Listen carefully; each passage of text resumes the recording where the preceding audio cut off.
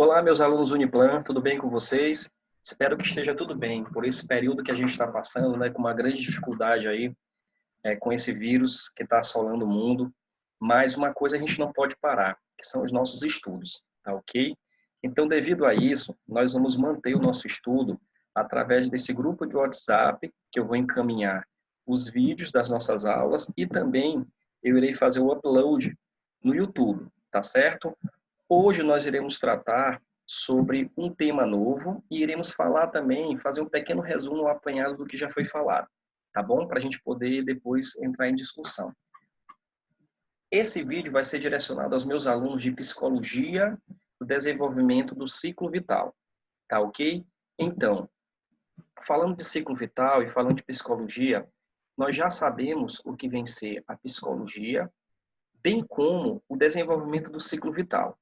Então, a psicologia, ela é uma ciência que estuda o ser humano, né, estuda o comportamento e a mente do ser humano em sociedade. Então, isso que é importante para a gente, a mente e o comportamento do ser humano. Nós, como futuros pedagogos, temos que ter a noção da mente e do comportamento de crianças e adolescentes, que são o foco da nossa aula, o foco da nossa disciplina, tá? É quem nós temos que trabalhar, é quem nós temos que entender toda a sua psicologia, todo o seu psique para poder trabalhar com eles em sala de aula e para poder ajudá-los na sociedade também. Primeiro tratamos sobre psicologia, conceitos, conversamos, depois falamos sobre a psicologia e a pedagogia. Por que a pedagogia precisa da psicologia dentro da sua ciência para poder atuar e para poder entender as pessoas, tá ok? Pessoas essas, crianças e adolescentes. Também conversamos em aulas anteriores sobre o ciclo vital. O que vem ser o ciclo vital?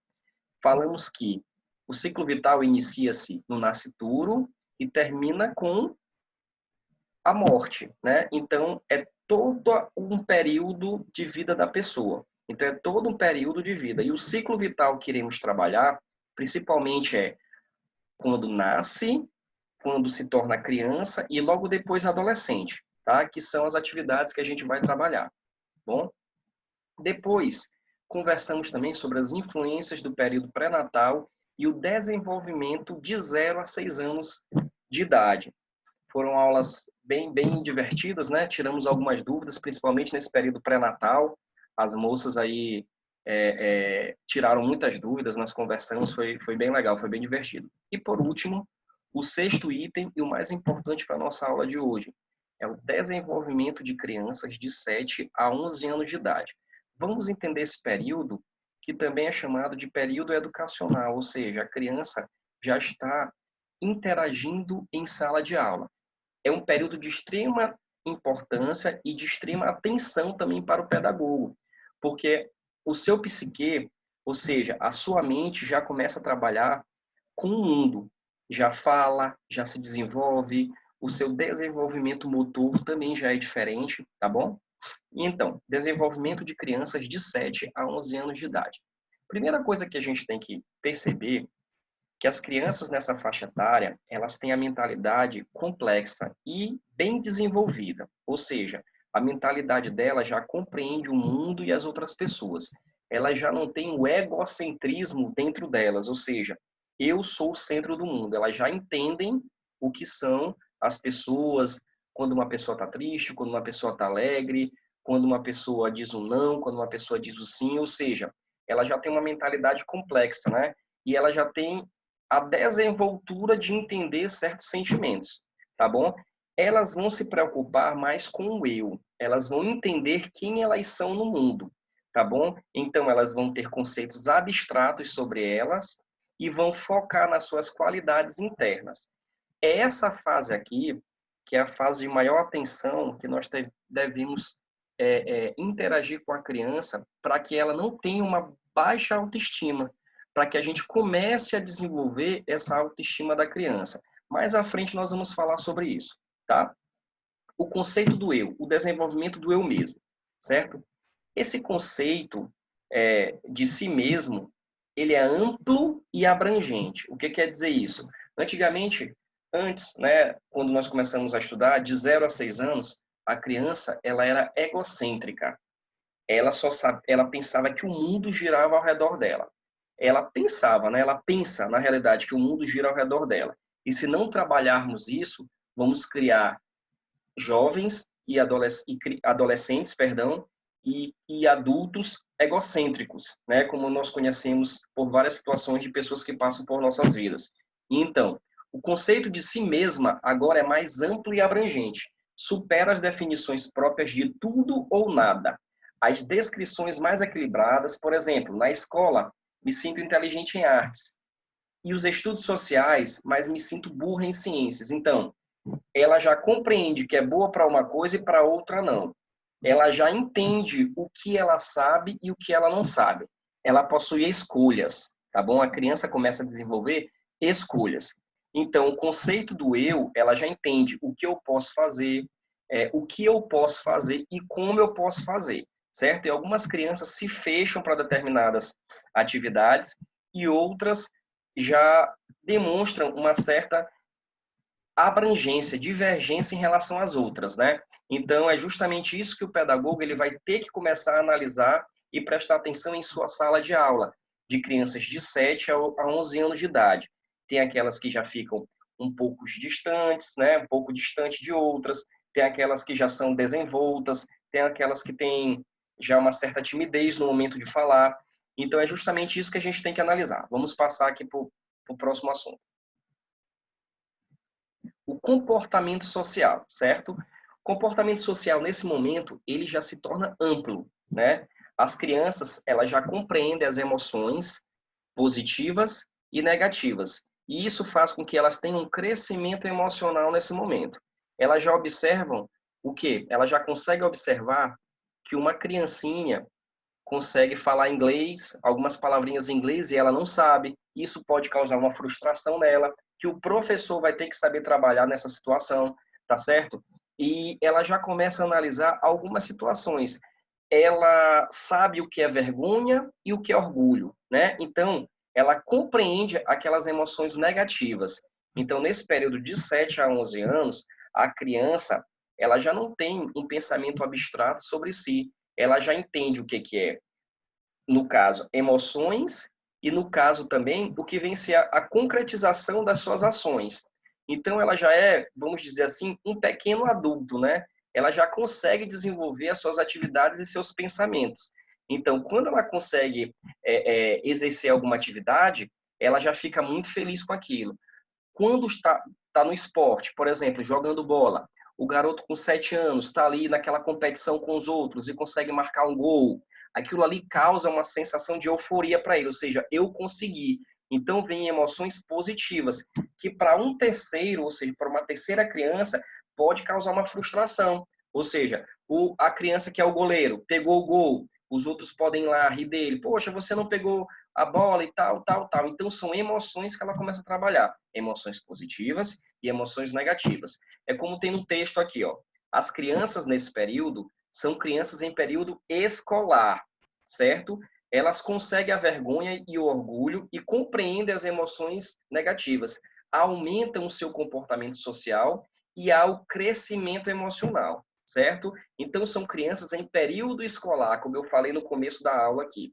Período escolar, por quê? Elas passam mais tempo em sala de aula do que em casa. Então, consequentemente, a influência do professor nessa fase vai ser bem maior que os pais, certo? Lembrando que, hoje em dia, os pais são responsáveis pela educação, ok? E o professor é responsável, até a adolescência, pela educação e pelo ensino. Então, a nossa missão como pedagogos é muito importante, é louvável, extremamente importante. Então, nesse momento se desenvolve a autovalia, o quão competentes se acham e o apoio social que recebem. Então, gente, o que vem ser a autovalia? Auto já vem de automático, né? E valia vem de avaliação, de valor, né? Então, autovalia. Ele começa a se autoavaliar dentro da sociedade. Outrora, a criança, ela achava que era o centro do universo, mas agora ela compreende que existe um mundo lá fora. ela sabe que é ela e outras criancinhas ali aprendendo, né, conhecendo, muitas das vezes disputando um determinado jogo, uma determinada situação, tá ok? Vamos continuar. Competência, ou seja, diligência versus inferioridade. Aqui nós vamos ter alguns psicólogos, né, psiquiatras famosos, que começaram a analisar essa corrente aqui de competência, diligência e inferioridade. Então, algumas crianças, elas vão se achar competentes em certas atividades e outras vão se achar inferiores em algumas atividades. É nesse ponto que o pedagogo, que o psicopedagogo, ele vai agir. Então, nessa área, é primordial, esqueçam tudo que nós conversamos em relação a muitas situações que nós temos responsabilidade. Aqui, nossa responsabilidade, ela é vil, tá ok? Ou seja, a nossa responsabilidade é na fonte. Então, competência, diligência versus inferioridade. Temos um psicanalista, né, um psicólogo, que é o Eric Erickson, que vai aparecer a fotinha dele aí, ó, para vocês.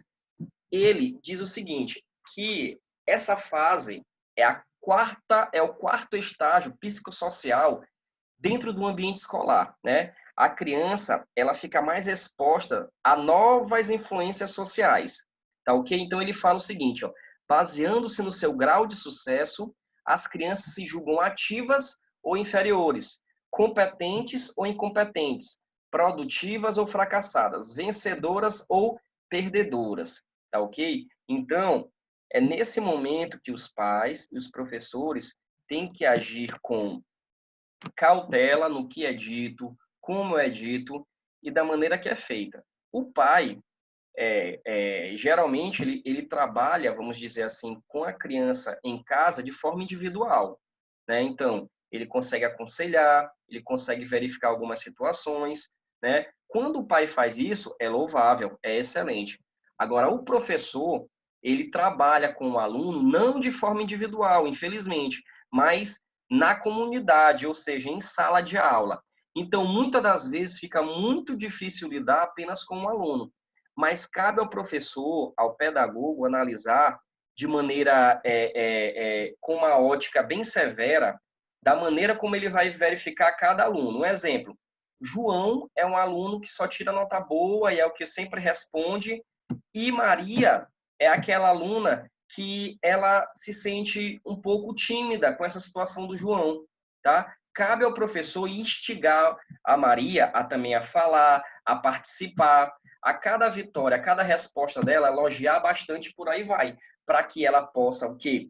Se tornar dentro de si, vir esse sentimento, né? Essa questão abstrata de competência, diligência e para baixar o sentimento de inferioridade, tá? É o que nós vemos hoje, muitos adultos com isso, porque não foi trabalhado nesse período da infância e também da adolescência, dentro de casa e nas escolas. Isso não foi trabalhado. Então, vocês hoje têm as missões a missão, perdão, de quando vocês se formarem, estarem trabalhando com os seus alunos em relação a isso, tá? Deles se sentirem competentes e diligentes também. E afastar o pensamento de inferioridade, afastar esse pensamento, tá ok? E como é que o professor ele vai trabalhar isso dentro de sala de aula? Ele trabalha com um grupo de alunos. Digamos que você que está aí do outro lado vai trabalhar com um grupo de 23 alunos em sala de aula, seja de 7 a 11 anos, né? Numa turma de 7, de 8, de 10, de 11, seja lá do que for. Você vai ter que analisar individualmente cada aluno que você tenha, né? Por mais que seja difícil, em algumas situações, nós sabemos disso, mas a gente consegue avaliar de forma individual cada aluno. E aí você vai conseguir perceber aqueles que têm a autoestima elevada e aqueles que têm uma baixa autoestima. E como toda vez nós conversamos, isso muitas das vezes vem de onde? Isso muitas das vezes vem de casa. E a gente tem que fazer uma construção junto com os pais para quê? Para que esse sentimento de inferioridade caia e para que venha um sentimento de competência e diligência na criança. Tá ok? Freud também falava o seguinte, a criança na terceira infância, que é justamente a que a gente está tratando aqui, deixa eu só tirar aqui para vocês visualizarem melhor, né? que a criança na terceira infância encontra-se em uma fase de latência, ou seja, de extrema ebulição, né? De extremo pensamento, descobertas e por aí vai. E que o libido está projetada, né? Ou seja, o libido ele está projetado para fora do corpo, voltada para o relacionamento social e os estudos. Então, nessa fase, a criança ela está voltada tanto para o estudo como relacionada para as atividades sociais, como brincadeiras, interação com a televisão, hoje em dia a internet, né, celular, os pais, amigos, e para os estudos, que a gente tem que tentar manter o interesse deles aos estudos, para os estudos. Isso se inicia, gente, desde dentro de casa, tá bom? Quando os pais, ainda na fase de 0 a 2, 3 anos, ensinam o alfabeto para a criança, ensinam, né, os números para as crianças, e isso gera uma forma de quê? De prazer, porque ele está aprendendo de uma forma educativa e prazerosa, vamos dizer assim, né? E aí vai para a escola já com prazer naquilo que ele vem aprendendo em casa, que vão ser as cores, o alfabeto, os números, né? E depois disso, já nessa fase de 4 em diante, no momento que os pais sentarem com as crianças, também tem que ser o quê? Um momento prazeroso, mas a criança tem que entender que também é uma responsabilidade, tá ok? Então é justamente isso que o Erikson e o Freud explicam, né? Que a terceira infância é um momento latente nas crianças, ou seja, que eles estão expostos a novas influências sociais. Eles deixam de perceber que o quê? Que eles são únicos no mundo, que tudo tem que ser para eles, e eles percebem que existe uma sociedade lá fora. Ou seja, que eles não são únicos, eles dependem de situações para terem vitória, para terem uma diligência no mundo lá fora, tá ok? Vamos continuar. A importância da escola e do esporte nessa fase, tá? Geralmente, as frustrações, elas não começam nessa fase diretamente dentro de casa, porque a criança ela já está acostumada a escutar muito não, a escutar muitas situações, né? E tudo isso que eu estou falando, gente, é via de regra, tá bom? Tudo tem sua exceção, como nós já conversamos em sala de aula. E o que ocorre? A escola e o esporte, eles interagem para que haja um desenvolvimento psicossocial da criança, um desenvolvimento social, tá, da criança. Então, como podemos ver no primeiro quadro, a importância da escola e do esporte é que ambienta a interação social entre as crianças. Então, a criança ela não vai para a escola para ser um único indivíduo lá, não. De jeito nenhum. Ela vai viver em uma pequena sociedade, tá? E vai interagir com as outras crianças. A mesma forma do esporte. Só que a escola, ela não causa um cenário de competição. Já os esportes, sim. No caso de jogar bola, vôlei, basquete, esses esportes, vai causar um sentimento de diversão, de habilidade social também e competição. Então, aqui estão as fases importantes em relação à frustração que as crianças vão ter. O ambiente escolar não gera uma competição, mas nós, seres humanos, somos competitivos. Dentro da gente, a gente já nasce dessa forma, né? Então, quando você começa a observar o seu colega do lado, só tirando nota boa, sendo melhor em matemática, ou então respondendo melhor, isso às vezes gera dentro de você uma vontade de também ser daquele jeito, né? Ou então você acaba tendo uma inércia e cria uma inveja daquela situação. E aí a sua autoestima vai o quê? Vai sendo deflagrada. E aí vai, acontece justamente essa situação, tá? Isso tudo é dentro do cenário infantil, tá bom?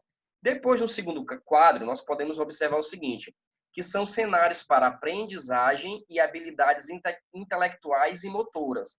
Ou seja, a escola, ela ativa essa habilidade intelectual com o aprendizado e o esporte ativa a habilidade intelectual e motora, porque ali você pensa e age, tá ok? Então, nesse momento, a criança ela começa a desenvolver esse estigma de que eu posso fazer, como é que eu faço, eu vou conseguir fazer, ou então eu não vou fazer, ou então eu não posso fazer. Ela começa a ter este tipo de pensamento, tá ok?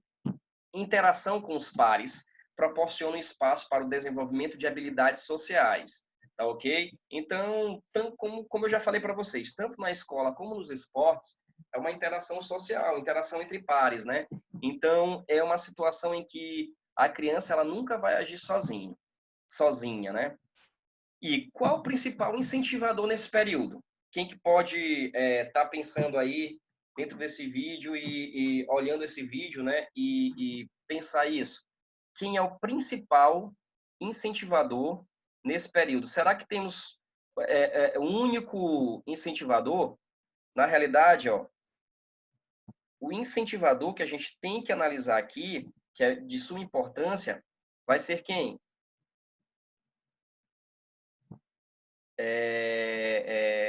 Tanto o professor, né? Tanto o professor como o pai em sala de aula, tá? Tanto o professor como o pai em sala de aula.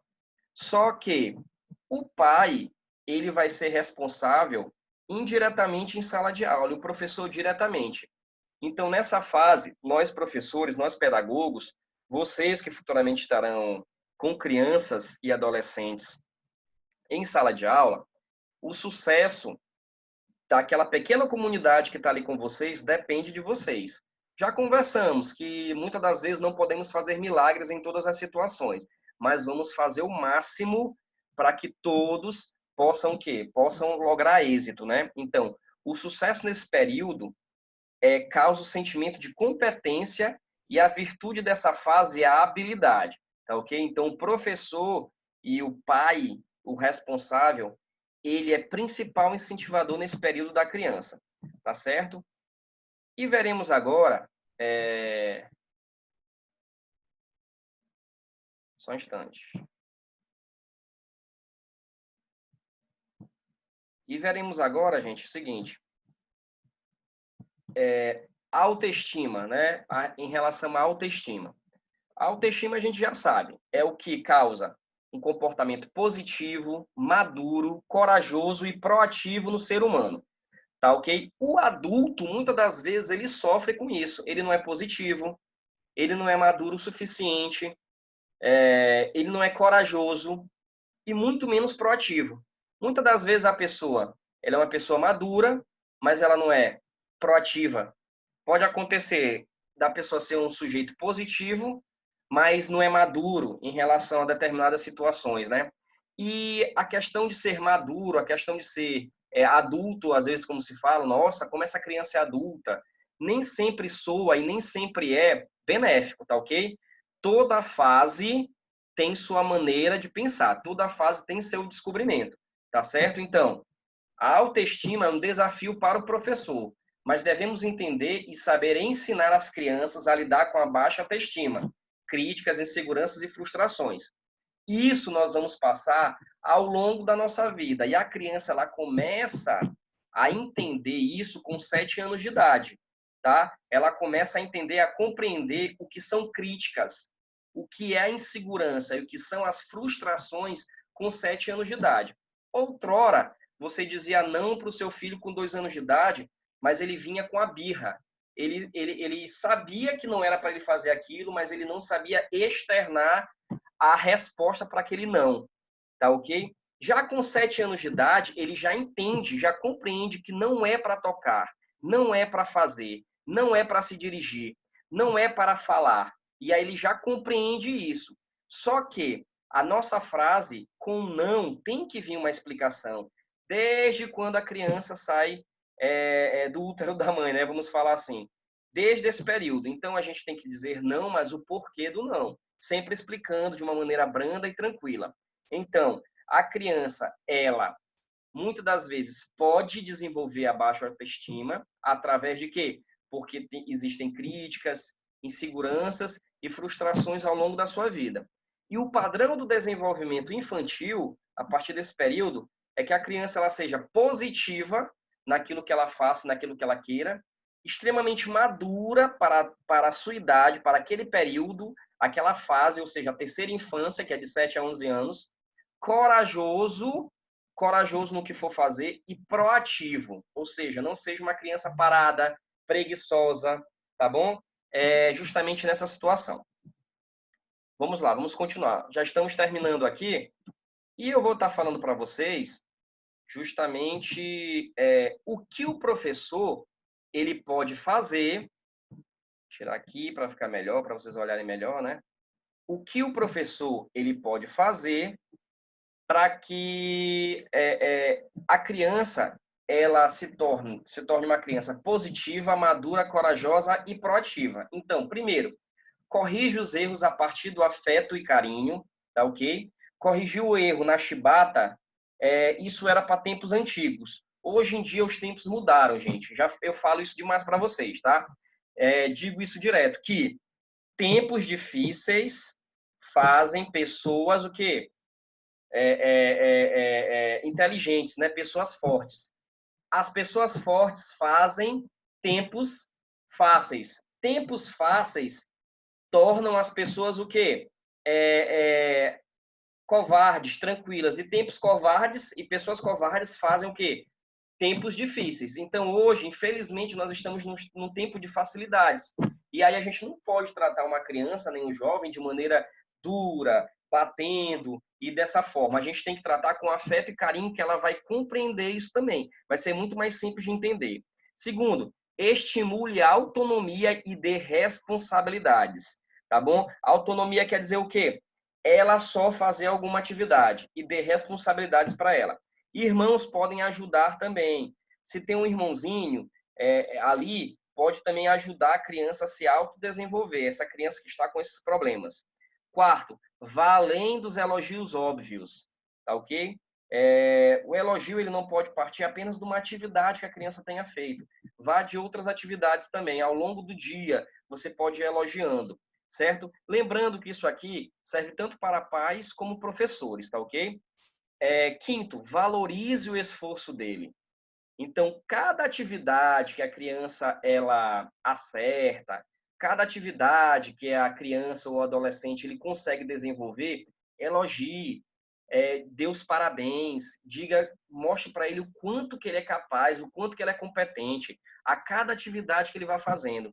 O professor em sala de aula pode fazer isso com aqueles alunos que têm uma certa dificuldade de captar algum assunto, por exemplo, matemática, um cálculo que você corrigiu na prova ou então numa atividade, chame aquele aluno e diga, olha, você é capaz, tá vendo? Tá correto, você conseguiu, certo? Sexto, demonstre afeto, tá ok? Demonstrar afeto sempre é bom, gente. Demonstrar afeto em qualquer situação sempre é boa. Estabeleça limites. Para tudo na vida tem que ter limite.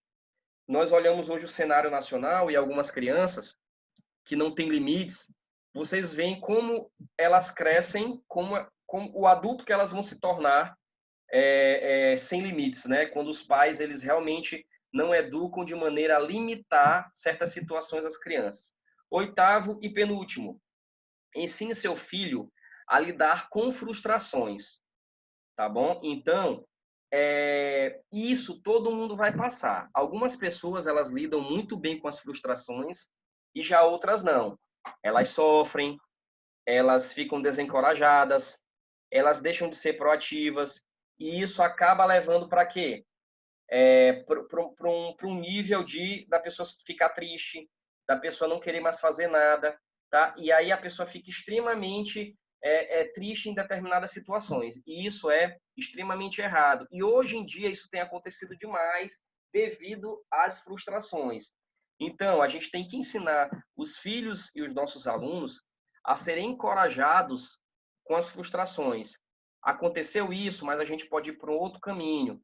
Deu errado essa situação, mas vamos lutar para que ela possa ir de encontro e dar tudo certo, tá? E por último, não seja super protetor. Isso é muito difícil, alguns pais são super protetores, nunca vão deixar de ser, assim como alguns professores, tá? Só que o professor, ele tem uma situação. Ele não está trabalhando com a proteção direta da criança, tá? Ele trabalha com a proteção indireta, porque ele é responsável por todo aquele quadro de alunos que ele está trabalhando, tá ok? Então, gente, aqui nós terminamos a nossa aula, tá ok? Aqui nós finalizamos a nossa aula. Deixa eu colocar aqui para a tela de início, né?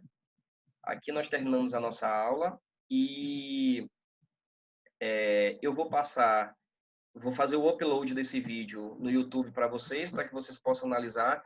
E lá no grupo, eu vou lançar uma atividade. Tirem as dúvidas no grupo, tá ok? Vamos discutir sobre a aula no grupo, o que vocês acharam, o que a gente pode melhorar para a próxima aula, tá certo? E já vou deixar uma atividade lá para vocês e vou explicar.